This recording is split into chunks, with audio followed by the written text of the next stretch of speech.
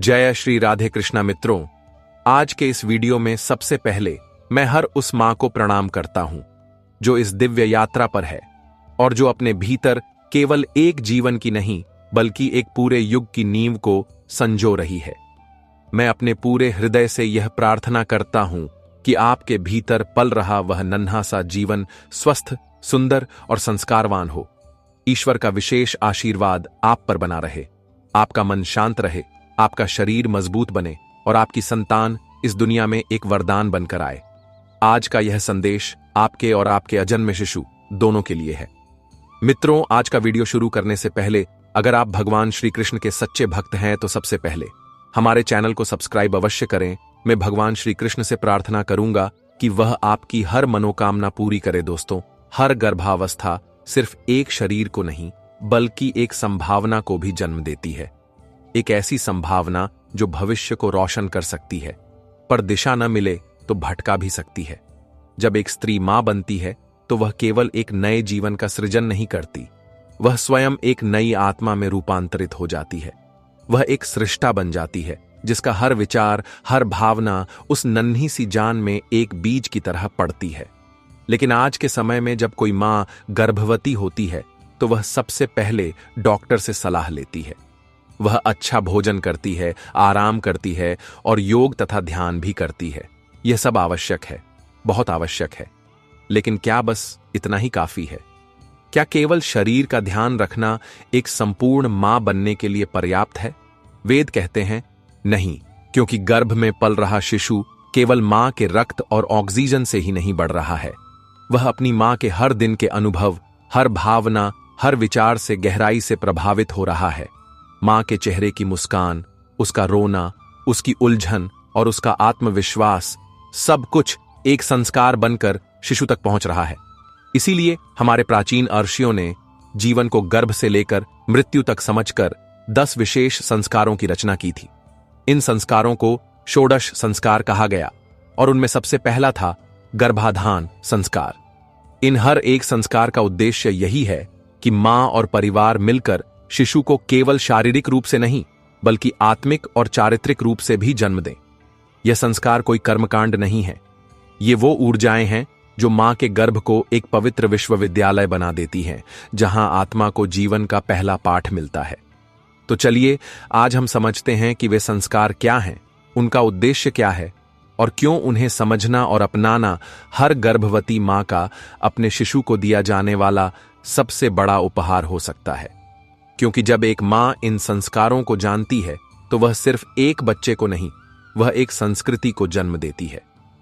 आज हम उन 10 सबसे शक्तिशाली गर्भ संस्कारों के बारे में जानेंगे जो शिशु को केवल जन्म ही नहीं बल्कि दिशा, चरित्र और तेजस्विता का भी आशीर्वाद देते हैं। क्योंकि संस्कार वो होते हैं जो शब्दों से नहीं बल्कि मां की खामोशी और उसके आचरण से शिशु की आत्मा तक पहुंचते हैं। मां के भीतर का प्रेम ही शिशु के जीवन की पहली भाषा बनता है। यह कहानी है आस्था की, जो पहली बार मां बनने वाली थी। उसकी शादी को 3 साल हो चुके थे और जब उसने अपनी गर्भावस्था की खबर सुनी तो उसका पहला रिएक्शन डर था। हां, वह खुश भी थी, लेकिन मन में कहीं ना कहीं सवाल भी थे। क्या मैं एक अच्छी मां बन पाऊंगी?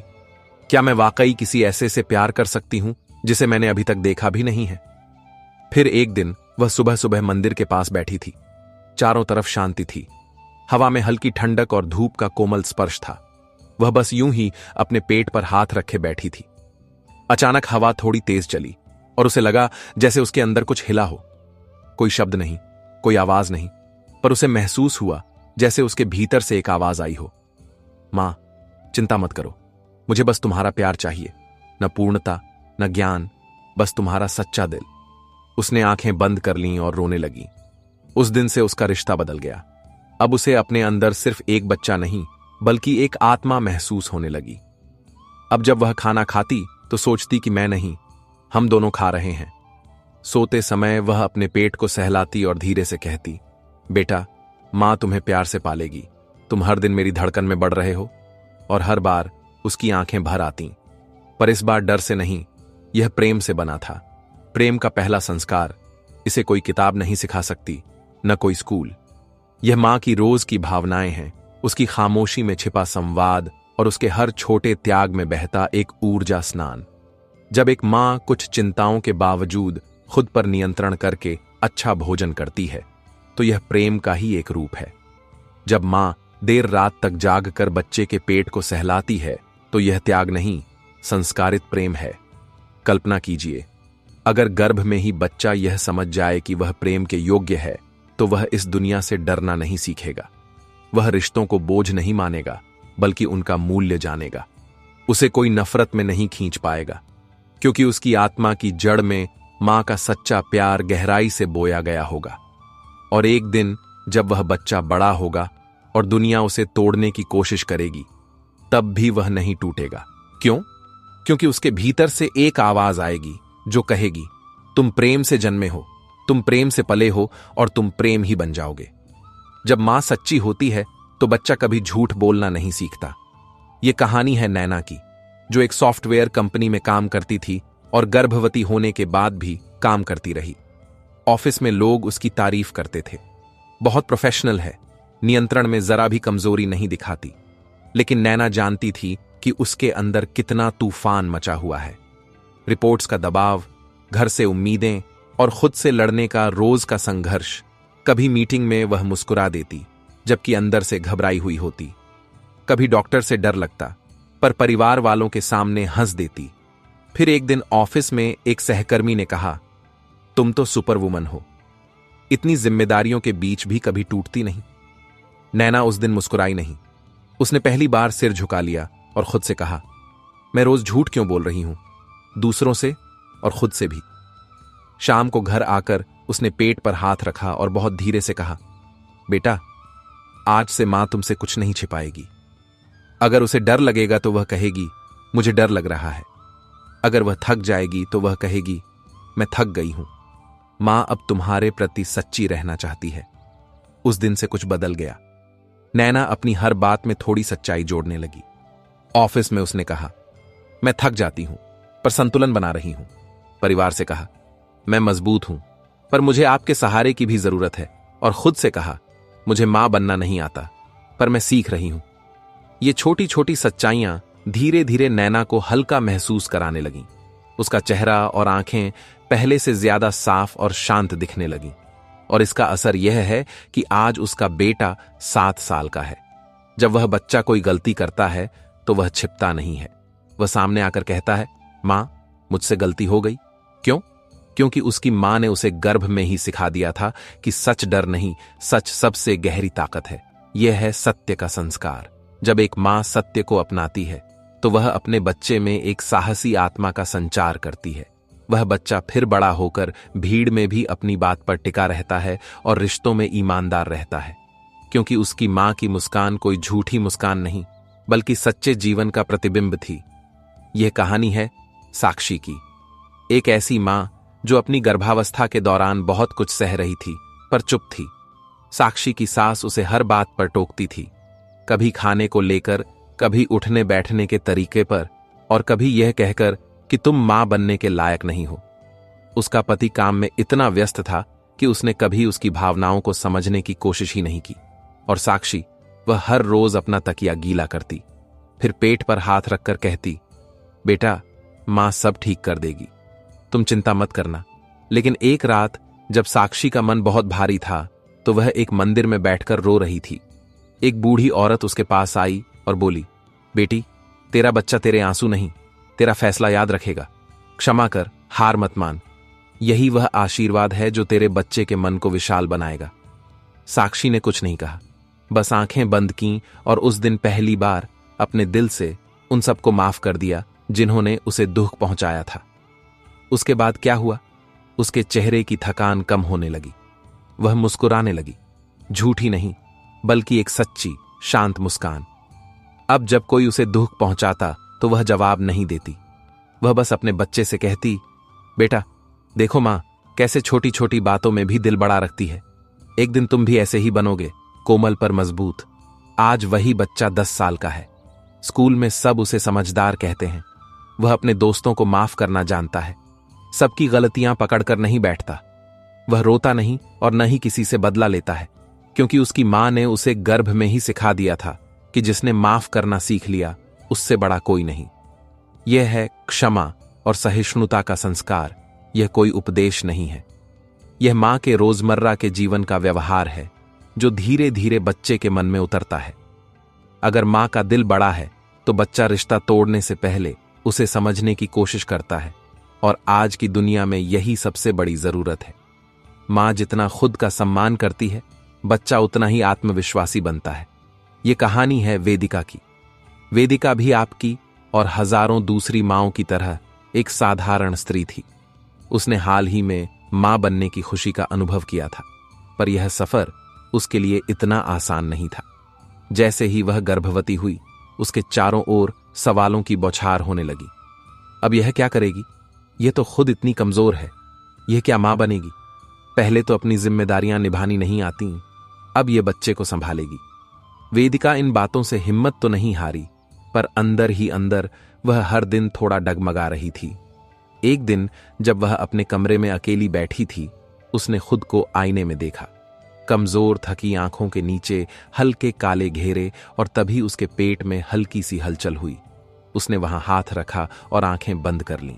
एक पल को उसे लगा जैसे उसका बच्चा यह कह रहा हो, मां, मुझे दुनिया पर नहीं, तुम पर भरोसा है। अगर तुम ही खुद पर यकीन नहीं करोगी तो मैं ताकत कहां से लूंगा? उस एक एहसास ने वेदिका को झकझोर दिया। उस दिन से चीजें बदलने लगीं। वेदिका खुद से बातें करने लगी। हां, मैं परफेक्ट नहीं हूं, पर मैं सीख सकती हूं। हां, मैं थक जाती हूं, पर मैं कभी हार नहीं मानती। हां, मेरे पास सब कुछ नहीं है, पर मेरे अंदर मां बनने की शक्ति है। उसने हर दिन खुद को स्वीकार किया, हर कमजोरी को गले लगाया और हर डर को धीरे धीरे छोड़ दिया। धीरे धीरे उसका चेहरा भी बदलने लगा। उसकी चाल में एक ठहराव आ गया, उसकी बातों में एक आत्मविश्वास था, और उसके गर्भ में पल रहा बच्चा उस ऊर्जा को चुपचाप पी रहा था। और आज वेदिका का बेटा 6 साल का है। वह बच्चा न ज्यादा बोलता है, न हर जगह प्रथम आता है, पर जब वह चलता है तो उसकी आंखों में एक ठहरा हुआ आत्मविश्वास दिखाई देता है। वह जानता है कि जो भी होगा वह उसका सामना कर लेगा। क्यों? क्योंकि जब वह गर्भ में था तब उसकी मां ने अपने भीतर खुद पर विश्वास करना सीखा था। यह है आत्मविश्वास का संस्कार।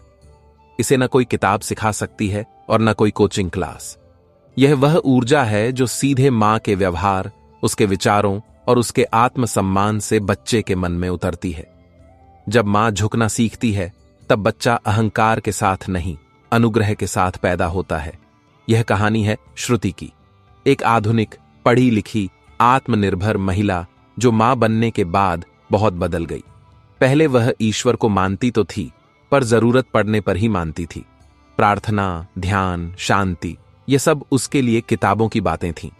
पर जब उसे पता चला कि उसके अंदर एक नन्हा सा जीवन धड़क रहा है, तो उसके विचारों की दिशा बदलने लगी। एक दिन श्रुति बहुत घबराई हुई थी।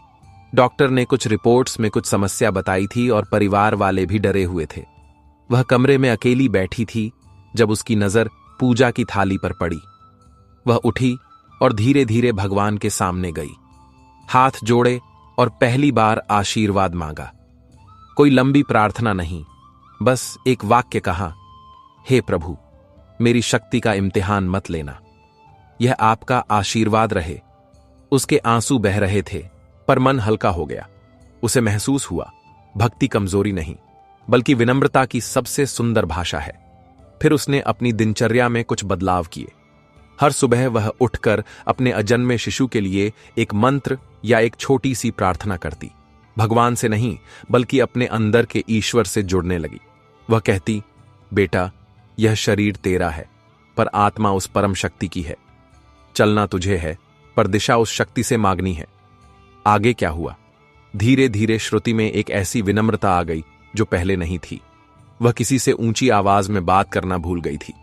अब वह बहस नहीं करती, बात थोपती नहीं, बस मुस्कुराकर सुन लेती, जैसे उसने कोई बड़ा रहस्य पा लिया हो।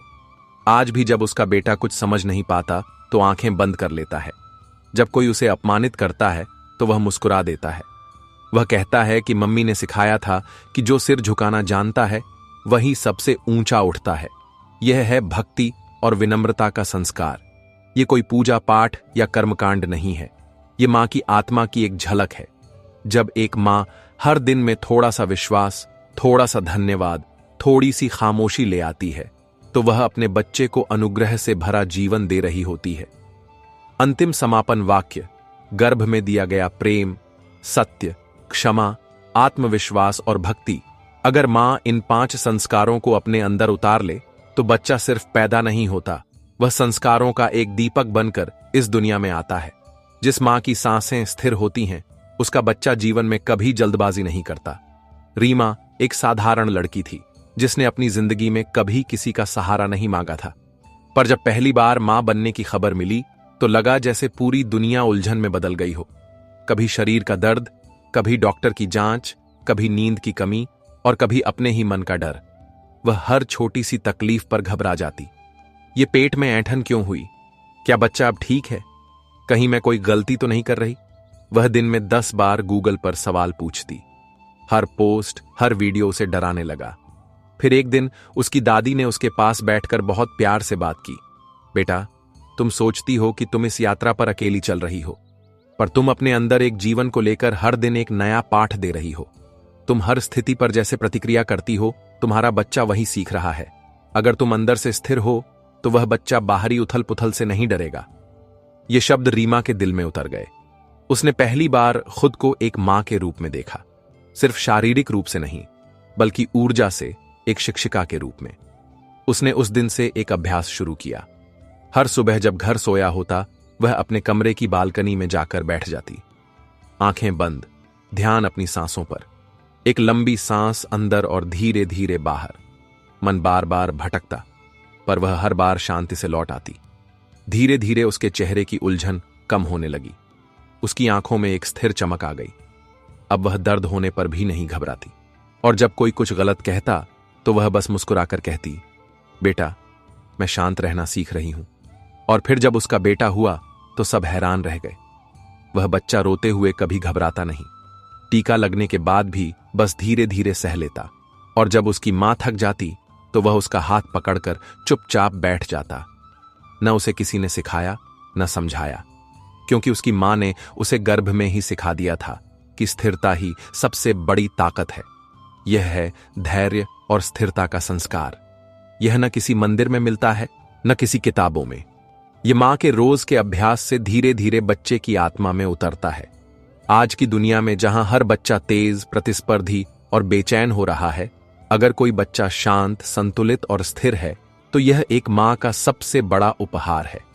अंतिम वाक्य, अगर एक मां चाहती है कि उसका बच्चा तूफान में भी अपनी दिशा न खोए, तो उसे हर सुबह सिर्फ 5 मिनट के लिए अपने भीतर उतरना चाहिए, क्योंकि वही खामोशी, वही शांति बच्चे के पूरे भविष्य के जीवन की दिशा तय कर सकती है। मां के भीतर की करुणा बच्चे में दूसरों के लिए जगह बनाती है। यह कहानी है शुभी की, एक ऐसी मां जो अपनी गर्भावस्था के दौरान बहुत अकेला महसूस करती थी। पति काम में व्यस्त थे, सास थोड़ी सख्त थीं, और खुद की तबीयत भी दिन ब दिन खराब हो रही थी। शुभी अक्सर खुद से कहती, सब मेरी तकलीफ क्यों नहीं समझ सकते? क्या मैं इस यात्रा पर अकेली हूं? हर दिन की थकान और हर रात की खामोशी उसे थोड़ा कड़वा बना रही थी। पर एक दिन वह डॉक्टर के यहां से घर लौट रही थी। दोपहर का समय था, बहुत गर्मी थी। रास्ते में उसने एक बूढ़ी औरत को धूप में बैठे देखा। पास में पानी की एक बूंद भी नहीं। शुभी की अपनी हालत भी अच्छी नहीं थी। पेट भारी था, पैर सूजे हुए थे। पर न जाने क्या हुआ, वह बिना सोचे रुक गई। अपना टिफिन निकाला, बोतल में बचा पानी उस औरत को दिया। उस औरत की आंखों में जो संतुष्टि थी, वह शुभी को गहराई से छू गई। जब वह घर लौटी तो शरीर थका हुआ था, पर दिल में एक अजीब सी शांति थी। उस रात उसने अपने पेट पर हाथ रखा और कहा, बेटा, आज तुमने अपनी मां से सीखा कि जब किसी और की मदद हो जाती है तो अपने दुख भी छोटे लगने लगते हैं। उस दिन से शुभी ने एक नया नियम अपना लिया। वह चुपचाप कॉलोनी के सफाई कर्मी को एक केला दे आती, किसी बच्चे को एक किताब बांट देती और अपनी हर बात में किसी के लिए थोड़ी करुणा जोड़ देती। वह समझ गई थी कि मां का मन जितना दूसरों के लिए खुला होगा, बच्चा उतना ही कोमल हृदय और उदार होगा। और फिर जब उसका बेटा हुआ तो उस बच्चे ने कभी किसी से कुछ छीना नहीं। अगर कोई बच्चा रोता तो वह अपने खिलौने खुद दे आता। जब भी किसी जानवर को तकलीफ में देखता तो मां को खींच कर वहां ले जाता। लोग कहते हैं कि वह बहुत संवेदनशील बच्चा है, दिल का बड़ा और आंखों का मीठा। पर मां जानती थी कि यह कोई चमत्कार नहीं था, यह उसका रोज का अनुष्ठान था, जो उस आत्मा में गर्भ से ही उतर गया था। यह है करुणा और सेवा का संस्कार। यह सिखाया नहीं जाता, यह मां के जीवन के अनुभवों और नजरिए से आता है। जब मां अपनी तकलीफ के बावजूद किसी और के लिए कुछ करती है तो बच्चा यह सीखता है कि दूसरों का दुख मेरी जिम्मेदारी है। आज की दुनिया में जहां हर कोई पूछता है मुझे क्या मिलेगा, वह बच्चा यह सोचता है मैं क्या दे सकता हूं। अगर वह यह सोचकर बड़ा होता है तो समझ लीजिए कि उसकी मां ने उसे गर्भ में ही सेवा का धर्म सिखा दिया था। अंतिम भावनात्मक वाक्य, मां बनने का सबसे बड़ा उपहार यह नहीं है कि आप जीवन देती हैं, बल्कि यह है कि आप अपने भीतर एक ऐसा दिल बनाती हैं जिसमें सबके लिए जगह हो, क्योंकि मां की करुणा ही बच्चे की सबसे बड़ी पूंजी बनती है। जब मां भीड़ में अंदर से शांत रहती है तो बच्चा शब्दों में नहीं, खामोशी में जीना सीखता है। यह कहानी है अनामिका की। वह तेज दिमाग वाली, हमेशा सक्रिय रहने वाली लड़की थी। गर्भवती होने के बाद भी उसकी दिनचर्या वैसी ही रही। Mobile, meetings, calls, reels, shopping list, घर का मैनेजमेंट, सब कुछ उसी रफ्तार से चलता रहा। उसे कभी यह एहसास ही नहीं हुआ कि उसकी जिंदगी में खामोशी नाम की भी कोई चीज है। फिर एक दिन सोनोग्राफी के बाद डॉक्टर ने कहा, बच्चा स्वस्थ है पर थोड़ा शांत है, कम प्रतिक्रिया देता है। क्या आप दिन भर में कभी चुप रहती हैं? अनामिका चौंक गई। चुप कैसे और क्यों? डॉक्टर बस मुस्कुराए और बोले, मां की हलचल ही बच्चे की लय बनती है। अगर मां हमेशा बाहर की आवाजों में उलझी रहेगी तो बच्चा अंदर की आवाज कैसे सुनेगा? उस दिन अनामिका ने पहली बार फोन को साइलेंट किया। वह अपने कमरे में अकेली बैठ गई। न कोई किताब, न कोई संगीत, न कोई काम, बस सांसों की आवाज और खामोशी का अनुभव। पहले तो उसे बेचैनी हुई, जैसे अंदर से कोई शोर बाहर आ रहा हो, पर धीरे धीरे उसका मन गहरा उतरने लगा और तब उसे अपने गर्भ में हल्की सी हलचल महसूस हुई। उसने आंखें बंद कीं और महसूस किया जैसे बच्चा कह रहा हो, मां, मैं तुम में ही हूं, पर मैं तभी सुनाई देता हूं जब तुम खुद से खामोश होती हो। इसके बाद अनामिका ने हर दिन 10 मिनट मौन में बैठना शुरू कर दिया। न कोई मंत्र, न कोई कल्पना, बस चुपचाप बैठना। धीरे धीरे उसका चेहरा बदलने लगा। वह पहले की तरह तेज और उलझी हुई नहीं थी। अब वह हर सवाल का जवाब खामोशी में ढूंढने लगी। और जब उसका बेटा हुआ तो सबने गौर किया, वह बहुत शांत था। उसकी आंखों में गहराई थी। वह आसानी से परेशान नहीं होता था। खिलौनों से चुपचाप खेलता। जब कोई उससे ऊंची आवाज में बात करता तो वह जवाब नहीं देता, बस ऐसे देखता जैसे बिना बोले सब समझ रहा हो। क्योंकि उसकी परवरिश खामोशी में हुई थी और खामोशी ही उसकी ताकत बन गई थी। यह है मौन और ध्यान का संस्कार। यह कोई ध्यान की तकनीक या आध्यात्मिक प्रदर्शन नहीं है। यह मां की अपने भीतर की यात्रा है, जहां वह अपनी सांसों से जुड़ती है। वह अपने गर्भ में पल रहे जीवन को बिना शब्दों के सुनती है। जब मां भीड़ में अंदर से स्थिर रहती है तो बच्चा बाहरी दुनिया में अकेला होकर भी नहीं टूटता। अंतिम भावना वाक्य, कभी कभी सबसे गहरी बातें कहनी नहीं पड़ती, वह बस खामोशी से आत्मा तक पहुंच जाती है। अगर मां गर्भ में मौन का स्पर्श दे तो बच्चा जीवन भर शब्दों से ज्यादा संवेदनशीलता से जीना सीखता है। जो मां हर दिन ईश्वर को धन्यवाद देती है, उसका बच्चा कभी शिकायत नहीं करता। यह कहानी है नीरा की, एक ऐसी मां जिसकी यह दूसरी गर्भावस्था थी, पर पहला बच्चा जन्म के 2 महीने बाद नहीं बच पाया था। नीरा फिर से गर्भवती थी, पर इस बार वह अंदर से ज्यादा डरी हुई, अस्थिर और टूटी हुई थी। हर रिपोर्ट, हर हलचल, हर परिणाम से पहले उसका दिल घबराहट से भर जाता। वह भगवान की तरफ देखती, पर आंखें नम हो जाती। पहले भी तो सब छीन लिया था, अब क्या होगा? हर दिन शिकायतों से भरा था। फिर एक दिन वह एक मंदिर गई, पर प्रार्थना नहीं कर पाई। वहां एक बूढ़ी औरत ने उसे चुपचाप देखा। वह पास आई और सिर्फ इतना कहा, बेटी, अगर शिकायत करती रहेगी तो जो मिला है वह भी खो जाएगा। पर अगर हर सुबह सिर्फ यह कहेगी, धन्यवाद प्रभु, जो है वह अनमोल है, तो तू संतोष में नहीं, अनुग्रह की छाया में जिएगी। नीरा को पहली बार लगा कि वह रो नहीं रही है, सुन रही है। उस दिन से नीरा ने एक छोटा सा अभ्यास शुरू किया। हर सुबह उठने के बाद वह अपने पेट पर हाथ रखती, आंखें बंद करती और धीरे से कहती, धन्यवाद मेरे बच्चे, तुम मेरे अंदर हो, मुझे जीवन दे रहे हो। धन्यवाद ईश्वर कि आपने मुझे फिर से मां बनने का अवसर दिया। जब वह डॉक्टर की रिपोर्ट का इंतजार करती तो कहती, शिकायत बाद में करूंगी, पहले धन्यवाद दूंगी कि अभी सब ठीक है। धीरे धीरे उसका चेहरा बदलने लगा। अब डर कम था और एक गहरी संतुष्टि उसके दिल में भरने लगी। जब उसका बेटा हुआ तो वह बच्चा कभी जिद नहीं करता। उसे जो मिलता है वह स्वीकार कर लेता है। अगर कुछ कम होता है तो वह शिकायत नहीं करता, बल्कि कहता है, कोई बात नहीं मम्मा, इतना ही काफी है। लोग पूछते हैं, इतनी सी उम्र में संतोष कैसे सिखाया?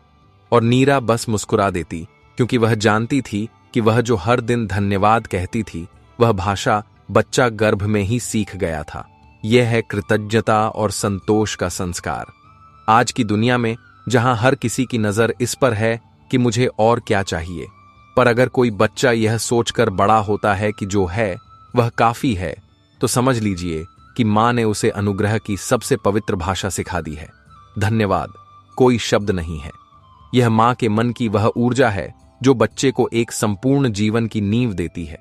अंतिम वाक्य, हर मां के पास देने के लिए लाखों चीजें नहीं होती, पर अगर वह गर्भ में हर सुबह एक धन्यवाद से दिन की शुरुआत करे तो बच्चा यह सीख जाता है कि जो कम है वही सबसे ज्यादा है।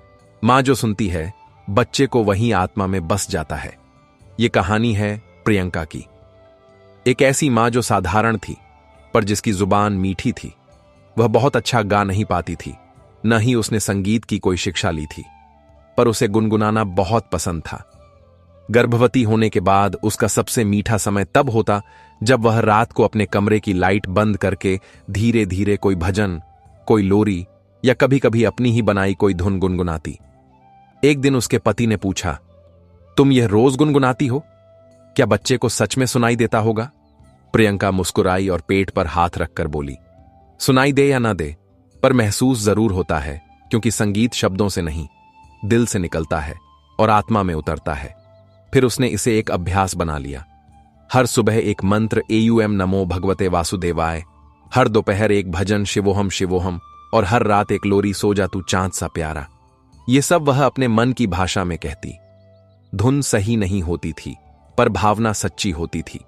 धीरे धीरे उसे महसूस हुआ कि जब वह चुपचाप कुछ गुनगुनाती तो पेट के अंदर हलचल बढ़ जाती, जैसे बच्चा भी उसके साथ गुनगुना रहा हो, लय में बह रहा हो। जब बच्चा पैदा हुआ तो वह जन्म के एक हफ्ते बाद ही भजन की धुन पर मुस्कुराने लगा। जब घर में शोर होता तो वह बेचैन हो जाता, पर जब वही मां धीरे से वही लोरी गुनगुनाती तो वह आंखें बंद करके शांत हो जाता। लोग कहते हैं कि इस बच्चे को संगीत से कोई खास लगाव है, पर प्रियंका जानती थी कि यह लगाव नहीं, यह संस्कार है। यह है संगीत और शब्दों का संस्कार। यह गायन की कला नहीं है, यह मां की आवाज का वह कंपन है जो बच्चे के चेतन मन में उतरकर उसे जीवन की लय, धुन और संतुलन सिखाता है। जब मां गर्भ में रहते हुए शब्दों का चुनाव ध्यान से करती है, मीठी आवाज में बोलती है और अच्छे संगीत में डूबती है, तो बच्चा सिर्फ सुनता नहीं है, वह वही ऊर्जा बन जाता है। अंतिम वाक्य, गर्भ में मां जो सुनती है, बच्चा वही सुनने की आदत के साथ पैदा होता है। अगर उसे हर दिन प्रेम, मंत्र और मिठास में भीगे शब्द घेरे रहेंगे तो उसका जीवन भी संगीत की तरह संतुलित, कोमल और सुंदर हो जाएगा। हर मां के हृदय से निकली एक प्रार्थना, प्रिय मां। अगर आपने यह पूरा संदेश सुना है तो यकीन मानिए आप सिर्फ एक श्रोता नहीं, आप एक युग के संस्कार की वाहक हैं। आपके अंदर पल रहा जीवन सिर्फ एक शरीर नहीं, वह एक आत्मा है जो आपसे प्रेम, धैर्य, सत्य, करुणा, भक्ति और कृतज्ञता सीख रही है, बिना एक भी शब्द बोले। आपका हर दिन, हर भावना, हर विचार उसके जीवन का पहला विद्यालय है। और अगर आपने इन 10 संस्कारों को एक बीज की तरह अपने जीवन में बो दिया तो यकीन मानिए आप सिर्फ एक बच्चे को नहीं, बल्कि एक तेजस्वी आत्मा को जन्म देंगी। प्रिय मां, अब तक हमने उन 10 दिव्य संस्कारों को समझा जो एक मां अपने गर्भ में पल रहे शिशु को दे सकती है। हमने प्रेम, सत्य, क्षमा, आत्मविश्वास, भक्ति, धैर्य, करुणा, मौन, कृतज्ञता और संगीत के महत्व को कहानियों के माध्यम से महसूस किया। लेकिन अब सवाल यह उठता है कि इन संस्कारों को अपने दैनिक जीवन में उतारा कैसे जाए। यह ज्ञान एक सुंदर विचार बनकर ही न रह जाए, बल्कि आपका अनुभव बने, आपकी दिनचर्या बने। तो चलिए अब हम इस यात्रा के अगले पड़ाव पर चलते हैं, जहां हम जानेंगे कि इन संस्कारों को जीने का व्यावहारिक तरीका क्या है।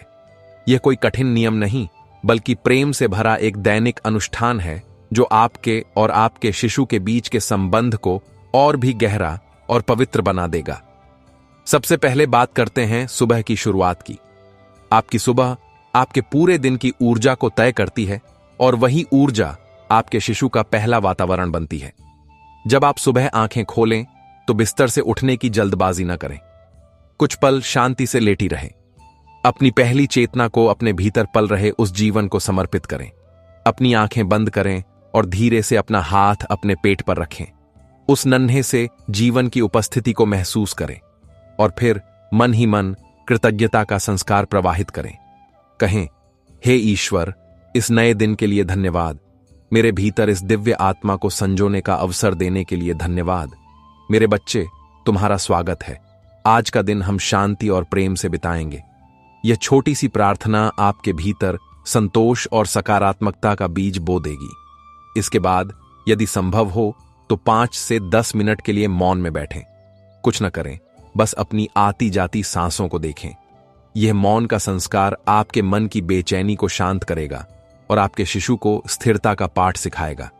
जब आप शांत होंगी तो आपका गर्भ एक शांत सरोवर की तरह हो जाएगा, जहां आपका बच्चा सुरक्षित और स्थिर महसूस करेगा। अब आते हैं आहार पर। आप जो खाती हैं वह केवल आपके शरीर को नहीं, बल्कि आपके शिशु की आत्मा को भी पोषित करता है। भोजन करना एक यज्ञ की तरह है। जब भी आप भोजन करने बैठें तो उसे तनाव या जल्दबाजी में ना खाएं। अपने भोजन को देखें, उसे पकाने वाले के प्रति और उस प्रकृति के प्रति धन्यवाद का भाव लाएं जिसने यह अन्न दिया है। और फिर यह भावना करें कि यह भोजन आप अकेले नहीं, बल्कि अपने शिशु के साथ मिलकर कर रही हैं। यह प्रेम का संस्कार है। हर निवाला जो आप शांति और प्रेम से खाएंगी, वह आपके बच्चे के लिए अमृत बन जाएगा। आप पौष्टिक भोजन तो लेंगी ही, पर जब उस भोजन में आपकी सकारात्मक भावनाएं घुल जाएंगी तो उसका प्रभाव 100 गुना बढ़ जाएगा। आपका शिशु यह सीखेगा कि पोषण केवल शरीर का नहीं, मन की शांति का भी नाम है। दिन के दौरान आपका संवाद सबसे महत्वपूर्ण है। यह संवाद का संस्कार है। आप जो बोलती हैं, जो सुनती हैं और जो सोचती हैं, उसकी हर एक तरंग आपके शिशु तक पहुंचती है। कोशिश करें कि आप ऊंची आवाज में बात करने, बहस करने या नकारात्मक चर्चाओं से बचें। यदि आप काम करती हैं या परिवार में रहती हैं तो यह हमेशा संभव नहीं होता, लेकिन आप अपनी प्रतिक्रिया को नियंत्रित कर सकती हैं। यदि कोई तनावपूर्ण स्थिति आती है तो गहरी सांस लें और अपने बच्चे को मन में कहें, बेटा, बाहर कुछ भी हो, मां अंदर से शांत है। इसके अलावा अच्छी किताबें पढ़ें। वीरों की गाथाएं, संतों के जीवन चरित्र या प्रेरणादायक कहानियां। आप जो पढ़ेंगी उसकी ऊर्जा आपके बच्चे के चरित्र का निर्माण करेगी। मधुर संगीत सुने, जैसे हमने प्रियंका की कहानी में जाना था। भजन, शांत करने वाला शास्त्रीय संगीत या प्रकृति की ध्वनियां, यह सब आपके बच्चे के अवचेतन मन में एक सामंजस्य और संतुलन पैदा करेगा। इस दिव्य यात्रा में पिता की भूमिका को अनदेखा नहीं किया जा सकता। गर्भाधान संस्कार केवल मां का नहीं, बल्कि माता और पिता दोनों का संयुक्त अनुष्ठान है। पिता का योगदान उतना ही महत्वपूर्ण है जितना मां का। पिता का प्रेम, उनकी चिंता और उनका व्यवहार उस वातावरण का निर्माण करता है जिसमें मां और बच्चा दोनों फलते फूलते हैं। जब एक पति अपनी गर्भवती पत्नी का ध्यान रखता है, उसे भावनात्मक सुरक्षा देता है, तो वह परोक्ष रूप से अपने बच्चे को सुरक्षा और प्रेम का सबसे पहला संस्कार दे रहा होता है। पिता को भी अपने बच्चे से बात करनी चाहिए। उन्हें अपना हाथ पत्नी के पेट पर रखकर अपने बच्चे को अपना स्पर्श महसूस कराना चाहिए। उनकी गहरी और स्थिर आवाज बच्चे को सुरक्षा का एहसास कराती है। जब पिता अपनी पत्नी को खुश रखते हैं तो मां के शरीर में खुशी के हार्मोन बनते हैं, जो सीधे बच्चे तक पहुंचते हैं। इस तरह पिता का प्रेम और सहयोग बच्चे के लिए एक सुरक्षा कवच बन जाता है। यह एक साझा जिम्मेदारी है, एक साझा सपना है जिसे मिलकर ही पूरा किया जा सकता है। जैसे दिन की शुरुआत महत्वपूर्ण है, वैसे ही रात का अंत भी। सोने से पहले का समय आत्मचिंतन और शांति का समय होना चाहिए। दिन भर की भाग दौड़ के बाद अपने लिए कुछ पल निकालें, शांत होकर बैठें और दिन भर की घटनाओं को याद करें। यदि किसी बात से मन दुखी हुआ है या किसी पर क्रोध आया है तो क्षमा का संस्कार अपनाएं। उन सभी को मन से माफ कर दें जिन्होंने आपको ठेस पहुंचाई, और खुद को भी किसी गलती के लिए माफ कर दें। मन में कोई बोझ लेकर न सोए। फिर अपने पेट पर हाथ रखकर अपने बच्चे को शुभ रात्रि कहें। उसे कोई प्यारी सी लोरी या भजन गुनगुनाकर सुनाएं। उसे बताएं कि वह कितना प्रिय है और आप उसके आने का कितनी बेसब्री से इंतजार कर रही हैं। यह प्रेम और शांति का संदेश उसे रात भर एक गहरी और आरामदायक नींद देगा। जब मां शांत मन से सोती है तो बच्चा भी गर्भ में शांति का अनुभव करता है। इसके अतिरिक्त सृजनात्मकता का संस्कार भी बहुत शक्तिशाली है। गर्भावस्था के दौरान किसी ऐसे काम में खुद को लगाए जो आपको खुशी देता हो, चाहे वह चित्रकारी हो, लिखना हो, बागवानी हो या कुछ बुनना हो।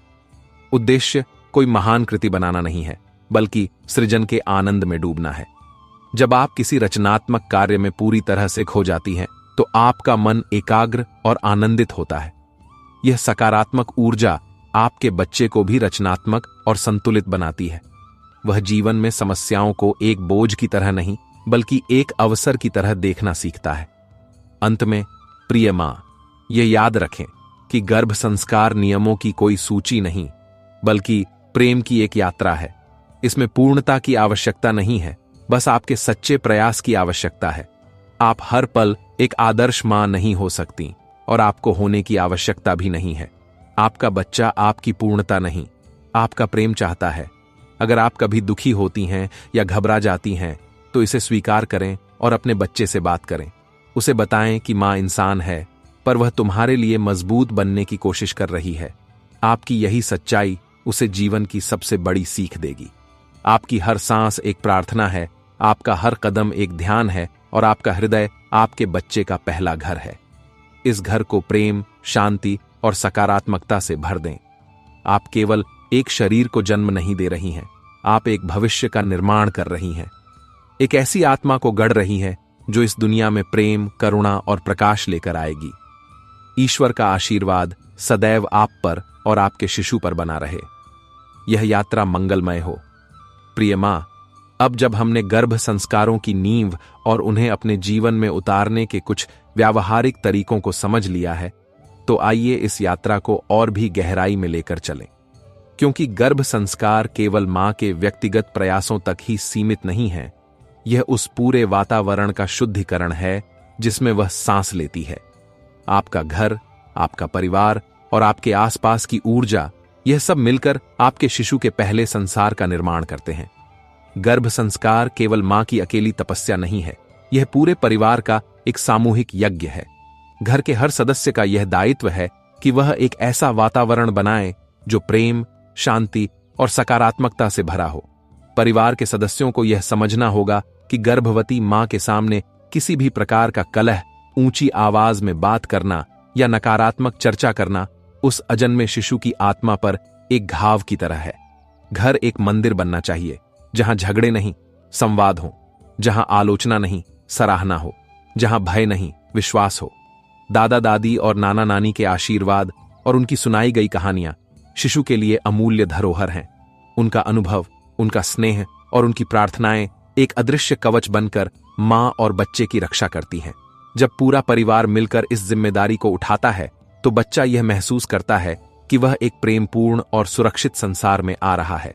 अब हम बात करते हैं उस डर की जो इस यात्रा में अक्सर बिन बुलाए मेहमान की तरह चला आता है। क्या मेरा बच्चा स्वस्थ होगा? क्या मैं प्रसव की पीड़ा सह पाऊंगी?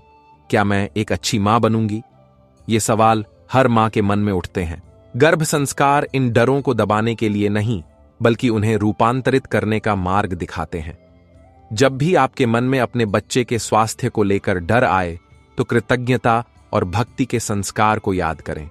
अपना हाथ पेट पर रखें और कहें, हे प्रभु, मैं इस जीवन के लिए आपकी आभारी हूं।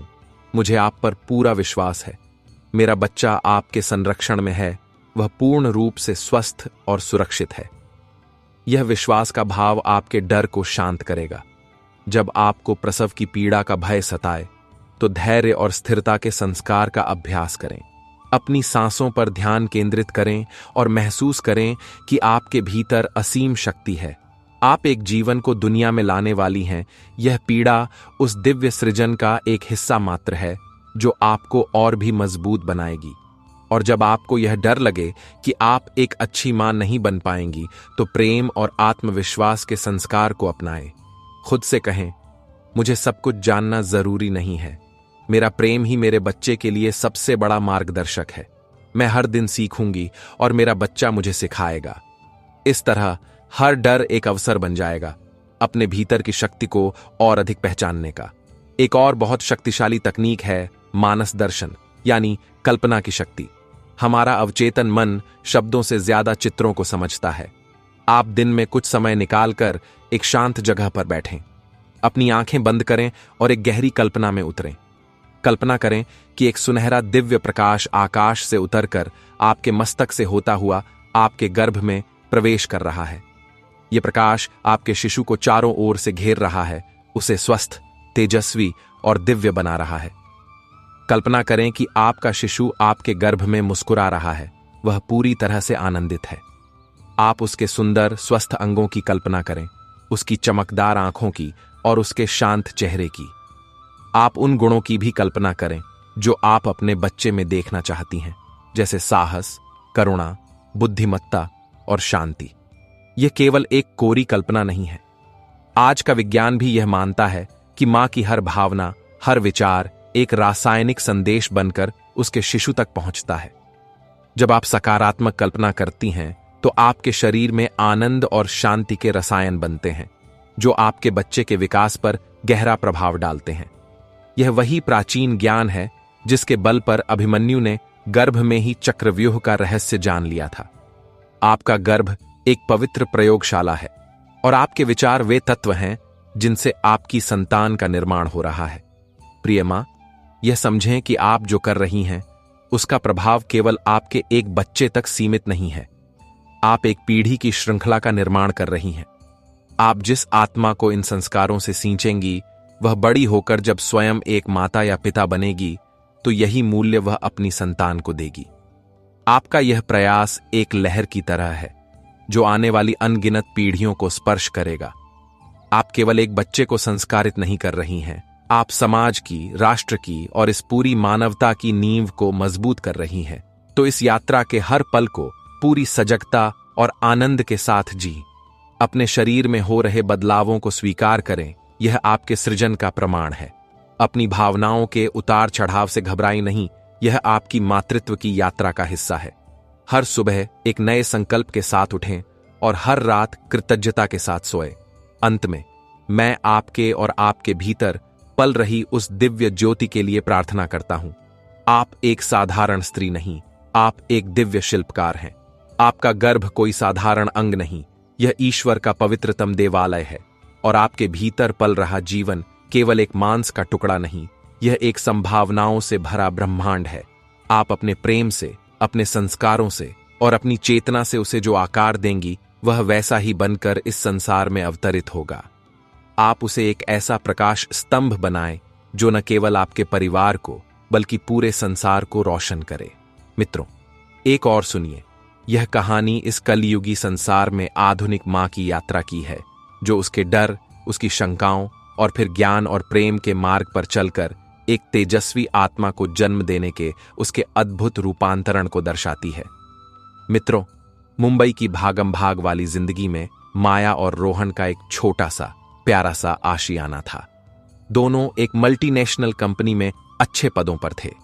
उनकी जिंदगी किसी तेज रफ्तार ट्रेन की तरह थी, जिसमें महत्वाकांक्षाओं के स्टेशन आते थे, डेडलाइंस की सीटी बजती थी और सफलता के सिग्नल उन्हें आगे बढ़ाते रहते थे। शादी के 5 साल बाद जब उनकी जिंदगी एक सधे हुए संतुलन में चल रही थी, तब एक सुबह उनकी दुनिया में एक नई धुन ने दस्तक दी। रोहन की खुशी का ठिकाना नहीं था। उसने माया को कहा, माया, मैं पापा बनूंगा। उसकी आंखों में भविष्य के सुनहरे सपने तैर रहे थे।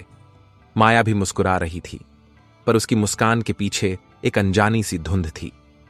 जैसे ही शुरुआती उत्साह की लहर शांत हुई, एक अनजाना सा डर सांप की तरह उसके मन में कुंडली मारकर बैठ गया था। क्या मैं यह कर पाऊंगी? क्या मेरे भीतर वो सब कुछ है जो एक अच्छी मां बनने के लिए जरूरी है? दुनिया की हर मां यह कर लेती है, पर मैं तो खुद को ही नहीं संभाल पाती। यह नन्हा सा जीवन मुझ पर निर्भर करेगा, और यह सोच ही मेरे कंधों पर एक भारी बोझ डाल रही थी। दिन बीतते गए। रोहन ने घर को बेबी प्रूफ बनाने की योजनाएं बनाना शुरू कर दिया था। उसने इंटरनेट पर सबसे अच्छे डॉक्टर, सबसे अच्छे अस्पताल और सबसे अच्छे बेबी प्रोडक्ट्स की लिस्ट बना ली थी। माया भी डॉक्टर की हर सलाह मान रही थी।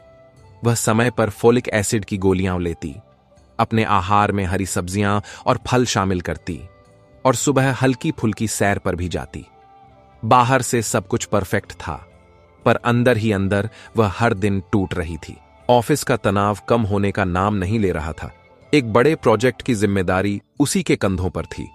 मीटिंग्स, प्रेजेंटेशंस और क्लाइंट कॉल्स के बीच वह अक्सर भूल जाती कि उसके भीतर एक और जिंदगी सांस ले रही है। कभी कभी वह ऑफिस के वॉशरूम में जाकर चुपचाप रो लेती। उसे लगता जैसे वह दो नावों पर सवार है और दोनों ही डूबने वाली हैं। एक रात वह बालकनी में खड़ी थी। शहर की रोशनी किसी बिखरे हुए हार की तरह लग रही थी। रोहन सो चुका था। उसने धीरे से अपने पेट पर हाथ रखा। कोई हलचल नहीं, कोई एहसास नहीं, बस एक खालीपन। उसके आंसू बह निकले। मैं तुमसे झूठ नहीं पा रही हूं, उसने फुसफुसाते हुए कहा। मैं तुम्हें महसूस नहीं कर पा रही हूं। सब कहते हैं कि मातृत्व एक खूबसूरत एहसास है, पर मुझे तो सिर्फ डर और घबराहट महसूस हो रही है। मैं एक बुरी मां हूं, है ना? उसकी यह आंतरिक लड़ाई तब और बढ़ गई जब उसकी सास श्रीमती सुषमा जी कुछ दिनों के लिए उनके पास रहने आईं। सुषमा जी एक पारंपरिक महिला थीं। उन्हें पूजा पाठ, रीति रिवाजों और सामाजिक मान्यताओं की बहुत परवाह थी। उन्होंने आते ही घर का मुआयना किया और माया को सलाहों की एक लंबी सूची थमा दी। ऐसे मत बैठो, बच्चे पर दबाव पड़ेगा। यह मत खाओ, बच्चे का रंग सांवला हो जाएगा। दिन में सोया मत करो, बच्चा आलसी पैदा होगा। उनकी हर बात के पीछे एक अच्छी मंशा थी, पर माया को यह सब एक बोझ की तरह लग रहा था। उसे लगता जैसे हर कोई उसे जज कर रहा है, जैसे वह किसी परीक्षा में बैठी हो जिसमें पास होना असंभव है। एक दिन ऑफिस में उसकी तबीयत बिगड़ गई। उसे चक्कर आने लगे और सब कुछ धुंधला सा दिखने लगा। उसकी एक सहकर्मी सोनिया उसे तुरंत डॉक्टर के पास ले गई। डॉक्टर ने उसे देखते ही कहा, माया, आपका ब्लड प्रेशर बहुत हाई है। आप बहुत ज्यादा तनाव ले रही हैं। अगर यही हाल रहा तो यह आपके और बच्चे दोनों के लिए खतरनाक हो सकता है। आपको काम से छुट्टी लेनी पड़ेगी और पूरी तरह से आराम करना होगा। यह माया के लिए एक बड़ा झटका था। उसे लगा जैसे वह पूरी तरह से हार गई है। उस रात उसने रोहन से कहा कि वह यह सब और नहीं कर सकती। मैं इस बच्चे को जन्म देने के लिए तैयार नहीं हूं रोहन। मैं एक अच्छी मां नहीं बन सकती। मैं फेल हो गई। रोहन ने उसे गले से लगा लिया, पर उसके पास भी माया के गहरे सवालों का कोई जवाब नहीं था। यह वह क्षण था जब रोहन ने एक फैसला लिया। अगले दिन उसने अपने गांव में अपनी दादी को फोन किया। दादी मां, जिन्हें सब अम्मा जी कहते थे, 90 साल की थीं, पर उनकी आंखों में आज भी ज्ञान का तेज था और उनकी आवाज में जीवन का अनुभव। रोहन ने उन्हें सारी स्थिति बताई। अम्मा जी ने सब कुछ शांति से सुना और बस इतना कहा, मैं कल सुबह की ट्रेन से आ रही हूं। अपनी पोती को कहना चिंता न करे, सब ठीक हो जाएगा। अगले दिन अम्मा जी घर आईं। वह अपने साथ गांव की शुद्ध हवा और मिट्टी की सौंधी महक ले आई थीं। उनके चेहरे पर झुर्रियां थीं, पर उनकी मुस्कान किसी छोटे बच्चे की तरह निश्चल थी। उन्होंने आते ही माया के सिर पर हाथ रखा और कहा, मेरी बच्ची, थक गई है तू। उन 4 शब्दों में इतनी ममता और समझ थी कि माया की आंखें भर आईं। वह अम्मा जी के गले लगकर फूट फूट कर रो पड़ी। उसने अपना सारा डर, सारी चिंता, सारा अपराध बोध उनके सामने उंडेल दिया। अम्मा जी ने उसे चुप नहीं कराया। उन्होंने उसे रोने दिया।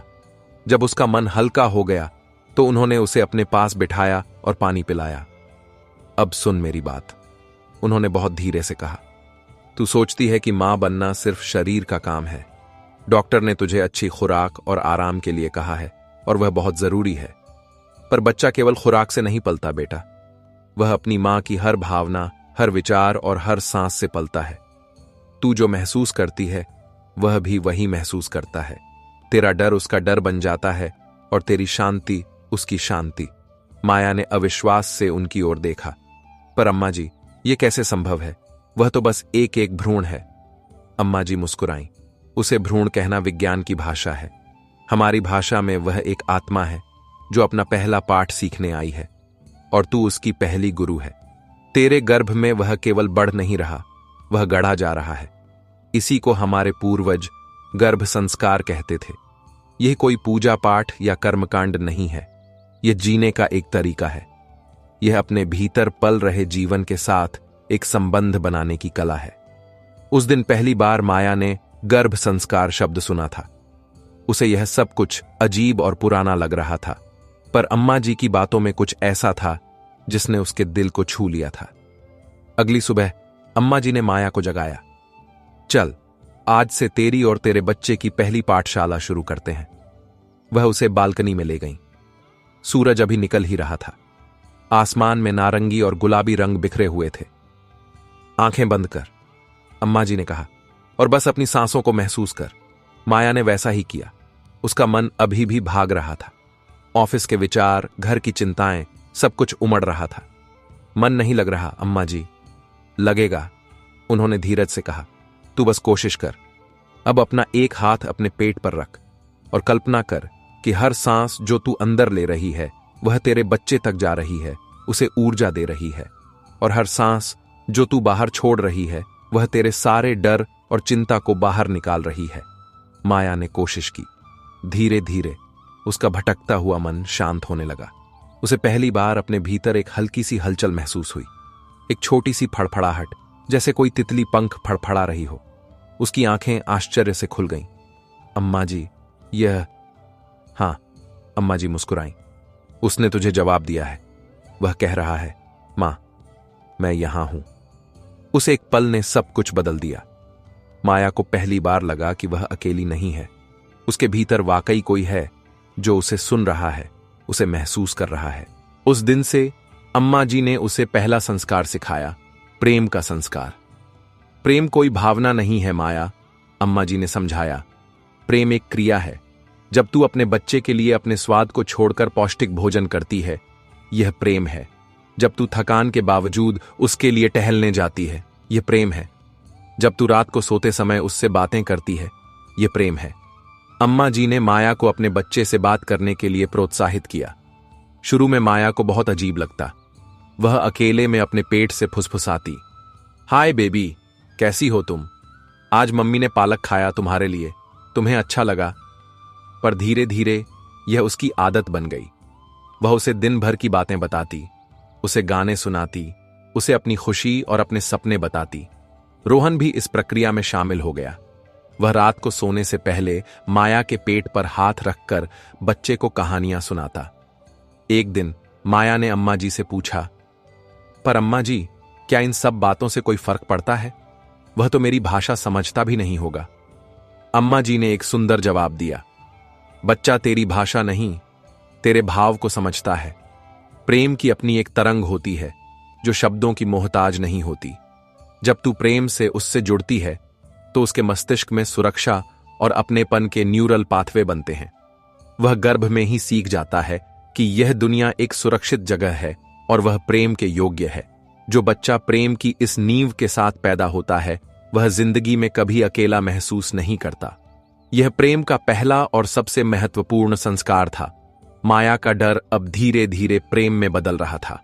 वह अब अपने गर्भ को एक बोझ नहीं बल्कि एक पवित्र जिम्मेदारी समझ रही थी।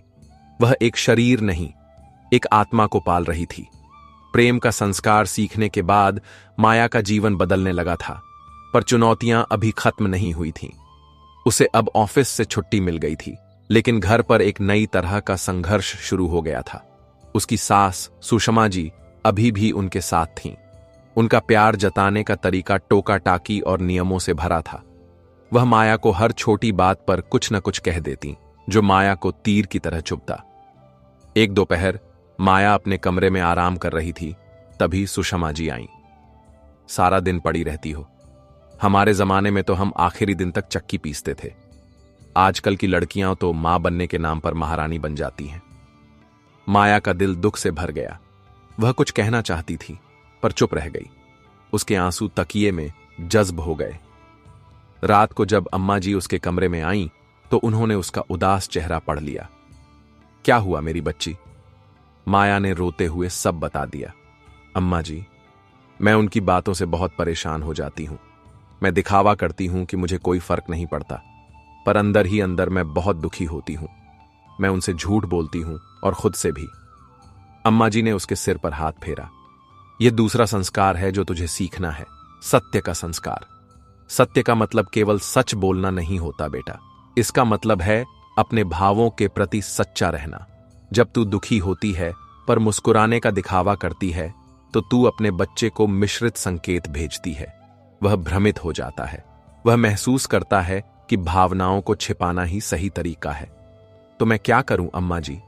माया ने पूछा। क्या मैं उनसे लड़ूं? नहीं, अम्मा जी ने शांति से कहा। लड़ना नहीं, संवाद करना है। अपनी सच्चाई को सम्मान के साथ व्यक्त करना है। कल सुबह अपनी सास के पास जाना और उनसे कहना, माँ जी, मैं जानती हूं कि आप मेरी चिंता करती हैं, पर जब आप ऐसे कहती हैं तो मुझे बहुत दुख होता है। मेरा शरीर अभी कमजोर है और मुझे आपके सहारे की जरूरत है। देख, तेरी सच्चाई में जब विनम्रता घुली होगी तो वह पत्थर को भी पिघला देगी। माया के लिए यह बहुत मुश्किल था। उसे टकराव से डर लगता था, पर अगली सुबह उसने हिम्मत जुटाई। वह सुषमा जी के पास गई, जो पूजा कर रही थी। जब वह उठी तो माया ने उनके पैर छुए और बहुत धीरे से वही कहा जो अम्मा जी ने सिखाया था। सुषमा जी एक पल के लिए चुप हो गईं। उनकी आंखों में गुस्सा नहीं, बल्कि एक तरह का आश्चर्य था। शायद पहली बार किसी ने उनसे इतने शांत और सच्चे तरीके से बात की थी। उन्होंने कुछ कहा नहीं, बस माया के सिर पर हाथ रख दिया। उस दिन के बाद एक चमत्कार हुआ। सुषमा जी की टोका टाकी कम हो गई। वह अब माया के लिए अपने हाथ से पौष्टिक लड्डू बनाकर लाती और पूछती, आज कैसा लग रहा है? माया ने सीखा कि सत्य में कितनी ताकत होती है। उसने अपने बच्चे से भी सच बोलना शुरू कर दिया। बेटा, आज मां थोड़ी उदास है, पर हम ठीक हो जाएंगे। यह सच्चाई उसे हल्का महसूस कराती थी। लेकिन कहानी यहीं खत्म नहीं हुई। कुछ दिनों बाद एक पारिवारिक समारोह में सुषमा जी की एक रिश्तेदार ने माया के पिछले गर्भपात का जिक्र कर दिया। इस बार ध्यान रखना, पहले की तरह न हो जाए। यह बात माया के दिल में एक भाले की तरह चुभ गई। उसे लगा जैसे किसी ने उसकी पुरानी चोट को कुरेद दिया हो। वह कई दिनों तक उस बात को भूल नहीं पाई। उसके मन में उस रिश्तेदार के लिए बहुत कड़वाहट भर गई। अम्मा जी ने यह भांप लिया। एक शाम जब वे टहल रहे थे, उन्होंने कहा, जिसके मन में किसी और के लिए गांठ होती है, वह खुद भी बंधा रहता है। तू उस बात को पकड़ कर बैठी है और वह कड़वाहट जहर बनकर तेरे बच्चे तक पहुंच रही है। मैं क्या करूं अम्मा जी? मैं भूल नहीं पा रही हूं।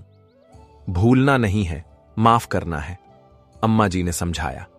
यह तीसरा संस्कार है, क्षमा का संस्कार। क्षमा उस दूसरे व्यक्ति के लिए नहीं होती, वह अपने मन को मुक्त करने के लिए होती है। जब तक तू उसे माफ नहीं करेगी, तब तक वह विचार तेरे मन पर कब्जा किए रहेगा। आंखें बंद कर और मन में उस व्यक्ति को सामने ला और उससे कह, मैंने तुम्हें माफ किया। यह एक बार में नहीं होगा, तुझे बार बार करना पड़ेगा। पर जिस दिन तू सच्चे मन से माफ कर देगी, उस दिन तेरे मन का सारा बोझ उतर जाएगा। माया ने वैसा ही किया। यह बहुत कठिन था। जब भी वह माफ करने की कोशिश करती, गुस्सा वापस आ जाता, पर वह लगी रही। वह रोज रात को सोने से पहले यह अभ्यास करती, और फिर एक दिन उसे एहसास हुआ कि उसके मन से वह कड़वाहट गायब हो गई है। उसे उस रिश्तेदार पर गुस्सा नहीं, बल्कि तरस आ रहा था। वह समझ गई कि दुखी लोग ही दूसरों को दुख देते हैं। उस दिन उसे जो शांति मिली वह अद्भुत थी। उसने अपने पेट पर हाथ रखा और कहा, बेटा, मां ने आज माफ करना सीख लिया। तुम भी हमेशा एक बड़ा दिल रखना। यह क्षमा का संस्कार था। इसने माया को सिखाया कि मन में बोझ लेकर उड़ा नहीं जा सकता, और जो मां हल्की होती है उसी का बच्चा ऊंची उड़ान भरता है। जैसे जैसे गर्भावस्था का समय आगे बढ़ रहा था, माया के सामने नई नई चुनौतियां आ रही थीं। उसका शरीर बदल रहा था, वजन बढ़ रहा था, त्वचा पर खिंचाव के निशान आ रहे थे। कभी कभी आईने में खुद को देखकर वह निराश हो जाती। उसे लगता कि वह अब सुंदर नहीं रही। उसकी पुरानी जीन्स अब उसे फिट नहीं होती थी और उसके पसंदीदा कपड़े अलमारी में बंद हो गए थे। उसकी एक दोस्त सोनिया, जो हाल ही में मां बनी थी, उससे मिलने आई। सोनिया बहुत आधुनिक विचारों की थी। उसने आते ही कहा, हे भगवान, माया, तुमने अपना क्या हाल बना लिया है। थोड़ा तो ध्यान रखो अपना। मैंने तो अपनी प्रेगनेंसी में भी योगा और जिम नहीं छोड़ा था। देखो मैं कितनी जल्दी वापस शेप में आ गई। सोनिया की बातें सुनकर माया का आत्मविश्वास और भी डगमगा गया। उसे लगने लगा कि वह सच में सब कुछ गलत कर रही है। वह अम्मा जी के पास गई और अपनी निराशा व्यक्त की। अम्मा जी मुस्कुराईं।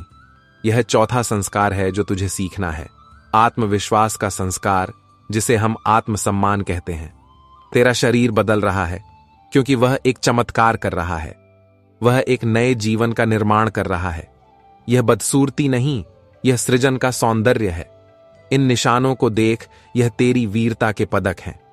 तू आईने में अपने शरीर को नहीं, अपनी शक्ति को देख। जब एक मां खुद का सम्मान करती है, तभी उसका बच्चा भी आत्मसम्मान के साथ पैदा होता है। अम्मा जी ने उसे एक नया अभ्यास सिखाया। रोज सुबह आईने के सामने खड़े होकर खुद से कहो, मैं सुंदर हूं, मैं शक्तिशाली हूं, मैं एक जीवन का निर्माण कर रही हूं और मुझे खुद पर गर्व है। अपने शरीर का धन्यवाद करो कि वह तुम्हारे बच्चे के लिए इतना अद्भुत घर बना रहा है। माया ने यह अभ्यास शुरू किया। शुरू में उसे यह बचकाना लगा, पर धीरे धीरे इन शब्दों का जादू होने लगा। उसका नजरिया बदलने लगा। अब वह अपने बदलते शरीर से नफरत नहीं, प्यार करने लगी थी। वह समझ गई थी कि आत्मविश्वास बाहरी सुंदरता से नहीं, आंतरिक स्वीकृति से आता है। जब वह खुद को स्वीकार करने लगी तो उसके चेहरे पर एक नई चमक आ गई, जो किसी भी मेकअप से ज्यादा खूबसूरत थी। इसी दौरान अम्मा जी ने उसे भक्ति के संस्कार से भी जोड़ा। माया कभी बहुत ज्यादा पूजा पाठ नहीं करती थी। वह भगवान को मानती थी, पर उसका रिश्ता जरूरत पर आधारित था।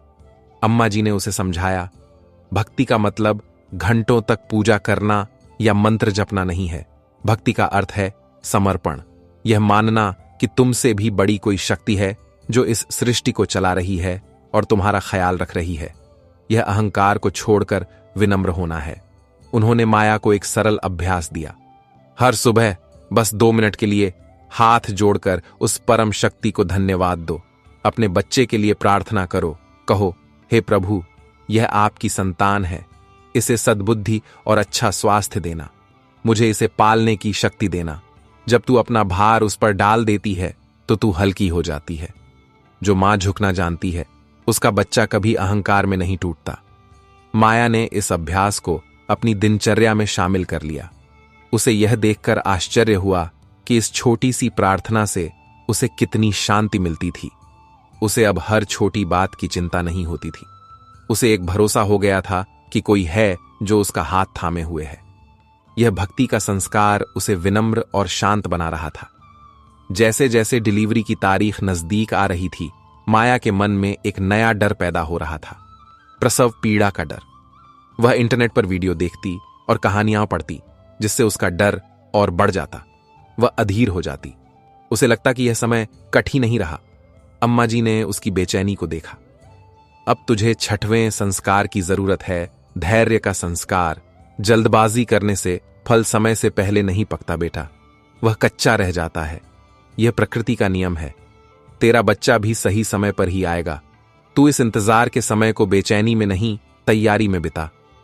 कैसी तैयारी अम्मा जी? अपने मन को साधने की तैयारी। रोज कुछ देर प्राणायाम कर, गहरी सांस ले और धीरे धीरे छोड़। यह अभ्यास तेरे मन को स्थिर करेगा और तेरे शरीर को प्रसव के लिए तैयार करेगा। जब दर्द शुरू हो तो उससे लड़ना नहीं, उसे स्वीकार करना। सोचना कि हर लहर तेरे बच्चे को तेरे और करीब ला रही है। जिस मां में धैर्य होता है, उसका बच्चा जीवन की मुश्किलों में कभी घबराता नहीं। वह हर परिस्थिति का सामना शांति से करना सीखता है। माया ने प्राणायाम का अभ्यास शुरू किया। वह रोज सुबह और शाम को 10-10 मिनट के लिए गहरी सांस लेने और छोड़ने का अभ्यास करती। इस अभ्यास ने उसके मन को अद्भुत रूप से शांत कर दिया। अब वह डिलीवरी की तारीख का इंतजार खौफ से नहीं, बल्कि एक तरह के उत्साह से कर रही थी। वह जानती थी कि वह तैयार है। उसने प्रेम, सत्य, क्षमा, आत्मविश्वास, भक्ति और धैर्य के संस्कारों से खुद को और अपने बच्चे को लैस कर लिया था। गर्भावस्था का 8वां महीना चल रहा था। माया अब शारीरिक रूप से काफी भारी हो गई थी। उसे चलने फिरने में भी दिक्कत होती थी। ऐसे में घर पर रहना कभी कभी उबाऊ हो जाता था। एक दिन वह बालकनी में बैठी बाहर देख रही थी। उसने देखा कि उनके पड़ोस में रहने वाली एक बुजुर्ग महिला, जिन्हें सब शारदा मौसी कहते थे, धीरे धीरे सीढ़ियां चढ़ने की कोशिश कर रही थीं। उनके हाथ में सब्जी का भारी थैला था और वह हाँफ रही थीं। माया के मन में आया, बेचारी, कितनी तकलीफ हो रही है। फिर उसे अम्मा जी की बात याद आई। उसने रोहन को आवाज दी और कहा, रोहन, देखो शारदा मौसी को कितनी दिक्कत हो रही है, जाओ उनकी मदद करो। रोहन तुरंत गया और उनका थैला लेकर घर तक पहुंचाया। शारदा मौसी ने उसे ढेर सारा आशीर्वाद दिया। जब रोहन वापस आया तो माया के चेहरे पर एक अजीब सी संतुष्टि थी। अम्मा जी ने यह देखा और मुस्कुराई। आज तूने 7वां संस्कार सीखा, करुणा और सेवा का संस्कार।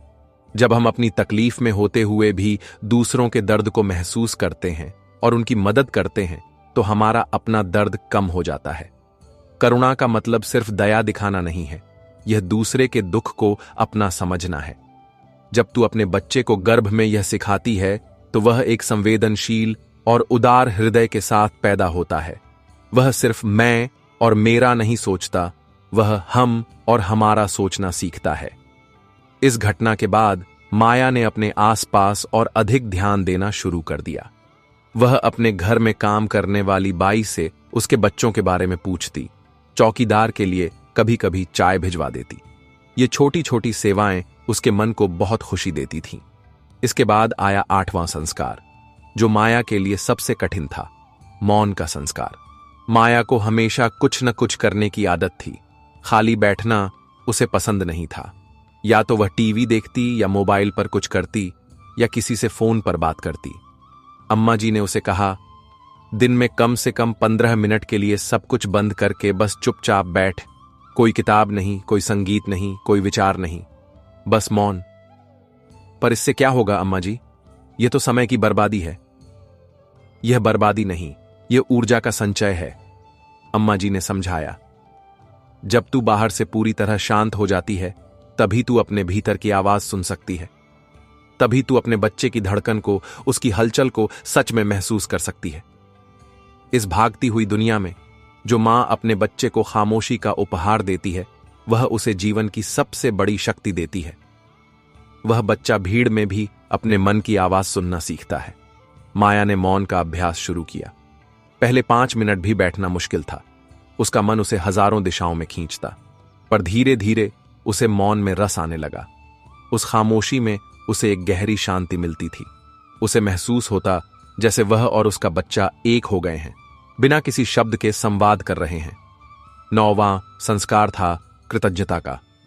अम्मा जी ने उसे एक डायरी दी और कहा, रोज रात को सोने से पहले इसमें 5 ऐसी चीजें लिखो जिनके लिए तुम आज आभारी हो। माया को यह अजीब लगा। रोज 5 चीजें कहां से लाऊंगी? ढूंढने पर मिलेंगी, अम्मा जी ने कहा। आज सूरज निकला, उसके लिए आभारी हो। तुम्हें अच्छा भोजन मिला, उसके लिए आभारी हो। तुम्हारे सिर पर छत है, उसके लिए आभारी हो। जब हम शिकायतों को छोड़कर धन्यवाद पर ध्यान केंद्रित करते हैं तो हमारा जीवन अपने आप भरपूर लगने लगता है। जो बच्चा कृतज्ञता के माहौल में पलता है वह कभी अभाव में नहीं जीता। उसे हमेशा लगता है कि उसके पास जो है वह पर्याप्त है।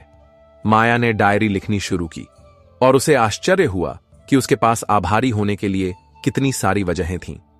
इस अभ्यास ने उसकी सोच को पूरी तरह से सकारात्मक बना दिया। और अंत में आया 10वां और सबसे मधुर संस्कार, संगीत और शब्द का संस्कार। अम्मा जी ने माया को बताया, बच्चा गर्भ में सुन सकता है। तेरी आवाज, तेरे शब्द और संगीत की धुनें सब उस तक पहुंचती हैं। तुम उसे क्या सुनाती हो, यह बहुत महत्वपूर्ण है। उन्होंने माया को ऊंचे संगीत या शोर शराबे वाले टीवी कार्यक्रमों से दूर रहने की सलाह दी। शांत और मधुर संगीत सुनो, भजन सुनो, गर्भ संस्कार के विशेष मंत्र सुनो और सबसे बढ़कर खुद गुनगुनाओ। तुम्हारी आवाज उसके लिए दुनिया का सबसे मीठा संगीत है। माया ने ऐसा ही किया। वह सुबह शाम हल्के भजन लगाती। वह रात को सोने से पहले अपने बच्चे के लिए लोरी गुनगुनाती। उसकी आवाज बहुत सुरीली नहीं थी, पर उसमें ढेर सारा प्यार था। उसने महसूस किया कि जब भी वह गुनगुनाती, उसके पेट में हलचल तेज हो जाती, जैसे बच्चा भी उस संगीत का आनंद ले रहा हो। इस तरह 9 महीनों की इस यात्रा में माया पूरी तरह से रूपांतरित हो चुकी थी। वह डरी हुई, चिंतित महिला नहीं थी। वह एक आत्मविश्वासी, शांत और प्रेम से भरी मां बनने के लिए तैयार थी। उसने केवल अपने शरीर को नहीं, अपनी आत्मा को इस नई भूमिका के लिए तैयार किया था। अम्मा जी ने उसे केवल कुछ नियम नहीं सिखाए थे, उन्होंने उसे जीवन जीने की एक दिव्य कला सिखा दी थी। 9वां महीना पूरा होने वाला था। घर में एक अलग ही उत्साह का माहौल था। रोहन ने बच्चे के लिए एक छोटा सा कमरा तैयार कर दिया था, जिसे हल्के नीले और पीले रंगों से रंगा गया था। माया ने अपने हाथ से छोटे छोटे ऊनी मोजे और टोपी बुनी थी। अम्मा जी हर रोज घी का दिया जलाकर अपने आने वाले मेहमान के लिए प्रार्थना करती। एक रात माया को हल्का दर्द महसूस हुआ। वह घबराई नहीं। उसे अम्मा जी की बात याद थी। उसने गहरी सांसें लेनी शुरू कर दी। उसने रोहन को जगाया और वे अस्पताल के लिए निकल पड़े। अस्पताल के कमरे में भी जब दर्द की लहरें तेज हो रही थीं, माया ने अपना धैर्य नहीं खोया। वह मन ही मन प्रार्थना कर रही थी और अपने बच्चे से बात कर रही थी। बेटा, हम यह मिलकर कर लेंगे, बस थोड़ी देर और। डॉक्टर और नर्सें माया की शांति और साहस को देखकर हैरान थे। उन्होंने अक्सर प्रसव के दौरान महिलाओं को चीखते, चिल्लाते और घबराते हुए देखा था, पर माया तो जैसे किसी ध्यान में लीन थी। और फिर कई घंटों के प्रयास के बाद वह दिव्य क्षण आया। एक नन्ही सी किलकारी गूंजी और माया की दुनिया हमेशा के लिए बदल गई। नर्स ने एक स्वस्थ, सुंदर से बेटे को लाकर उसकी गोद में रखा। माया ने उसे देखा। उसकी आंखें बंद थीं, उसका छोटा सा मुंह खुला हुआ था और उसके चेहरे पर एक अद्भुत शांति थी। माया के आंसू बह निकले, पर इस बार यह डर के नहीं, बल्कि असीम आनंद और कृतज्ञता के आंसू थे। उसने अपने बेटे को चूमा और फुसफुसाया, स्वागत है मेरे बच्चे, तुम्हारी मां तुमसे बहुत प्यार करती है। बच्चे का नाम आरव रखा गया, जिसका अर्थ होता है शांत या मधुर ध्वनि, और वह सचमुच अपने नाम जैसा ही था। वह बहुत ही शांत और संतुष्ट बच्चा था। वह बेवजह नहीं रोता था। जब भी माया उसे अपनी गुनगुनाई हुई लोरी सुनाती, वह तुरंत शांत हो जाता। उसकी आंखों में एक अजीब सी गहराई और समझदारी थी। कुछ सालों बाद माया और रोहन का घर आरव की हंसी और तोतली बातों से गूंज रहा था। आरव एक बहुत ही प्यारा और संवेदनशील बच्चा था। वह अपने खिलौने दूसरे बच्चों के साथ बांटता, किसी जानवर को चोट में देखकर दुखी हो जाता और कभी किसी से ऊंची आवाज में बात नहीं करता था। वह अपनी दादी और परदादी यानी अम्मा जी का बहुत सम्मान करता था। एक दिन माया उसे पार्क में लेकर गई थी। वहां एक बच्चा गिर गया और रोने लगा। दूसरे बच्चे हंसने लगे, पर 4 साल का आरव दौड़कर उस बच्चे के पास गया, उसे उठाने में मदद की और अपनी टॉफी उसे दे दी। माया दूर से यह सब देख रही थी। उसकी आंखें गर्व और भावना से भर आईं। उस रात उसने अम्मा जी को फोन किया। अम्मा जी अब काफी बुजुर्ग हो गई थीं और गांव में ही रहती थीं। अम्मा जी, माया ने कहा, आज मुझे आपके सिखाए हुए हर एक संस्कार का फल मिल गया। आरव सिर्फ मेरा बेटा नहीं है, वह आपकी दी हुई सीख का जीता जागता सबूत है। अम्मा जी फोन पर मुस्कुराईं। उनकी आवाज अब कांप रही थी, पर उसमें वही पुरानी ममता थी। पगली, यह मेरी सीख नहीं, यह हमारी सनातन परंपरा की शक्ति है। तूने बस उस पर विश्वास किया। याद रखना, पेड़ लगाने का काम कठिन होता है, पर जब उस पर मीठे फल लगते हैं तो सारी मेहनत सफल हो जाती है। तूने एक पेड़ नहीं, एक पूरा बाग लगाया है मेरी बच्ची। अब तेरी जिम्मेदारी है कि इस बाग को और आगे बढ़ाए। माया ने फोन रखा और अपने कमरे में गई, जहां आरव सो रहा था। उसके मासूम चेहरे पर चांद की रोशनी पड़ रही थी। माया ने उसके माथे को चूमा और संकल्प लिया कि वह अम्मा जी की इस विरासत को कभी खत्म नहीं होने देगी। गर्भ संस्कार की यह यात्रा केवल 9 महीनों की नहीं थी, यह एक जीवन भर का संकल्प था। यह एक मां का अपनी संतान को दिया गया सबसे कीमती उपहार था, केवल एक स्वस्थ शरीर नहीं, बल्कि एक सुंदर और शक्तिशाली आत्मा। माया की कहानी हर उस मां के लिए एक प्रेरणा है जो इस दिव्य यात्रा पर कदम रख रही है। यह कहानी हमें बताती है कि मातृत्व केवल एक जैविक प्रक्रिया नहीं, यह एक आध्यात्मिक साधना है, और इस साधना से जो फल उत्पन्न होता है वह इस दुनिया को और भी सुंदर और जीने लायक बनाता है। तो दोस्तों, यह था आज का ज्ञानवर्धक वीडियो। कैसा लगा प्लीज कमेंट करके अवश्य बताएं, और हमारे इस वीडियो को लाइक करें, ज्यादा से ज्यादा लोगों को शेयर करें, और अंत में हमारे चैनल को सब्सक्राइब करें। धन्यवाद। जय श्री कृष्णा। राधे राधे।